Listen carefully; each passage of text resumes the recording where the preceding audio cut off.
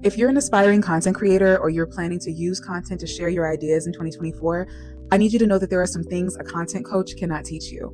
I absolutely love helping people identify their unique quirks, curiosities, and contributions, and figuring out how to turn all of those things into content that is optimized to reach the people who are looking for it. But I have to say, after 10 plus years of doing this work, there are some things that cannot be taught, and I want y'all to know what those things are. Number one, I can't teach you what your why is. There are millions of people logging onto social media every day. And more, you're going to see people coming to these platforms specifically to grow an audience that they can convert into a customer base. But before you start seeking out expertise or advice from people to tell you how to grow on these platforms, you need to know what your motivation is. There's a lot of creators on these platforms who show up consistently every day and haven't seen the kind of traction they're expecting, not because of the quality of their content, but because it's crowded up in here. So if you're not crystal clear on what your motivation is for being in this space, then that's going to make my job very difficult, and it's going to make you very dissatisfied. Another thing that I can't teach you as a content coach is commitment. If your attitude towards social media is that you have absolutely no interest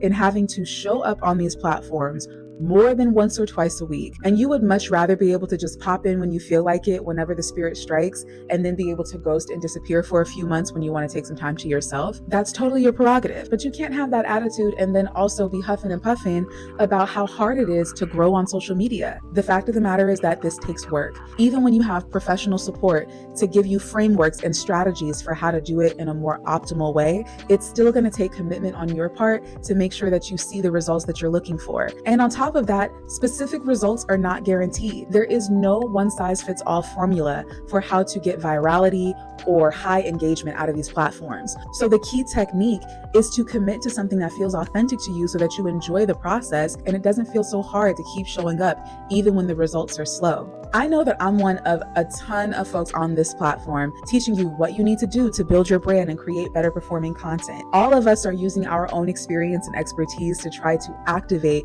what's already inside of you. And listen, if you're not really ready to start showing up consistently as a content creator, being deliberate about building your space of belonging online, don't feel pressured to. But if you want to, I'm here to help. I've got a class coming up just for the folks who want an introduction to personal brand discovery for their online leadership.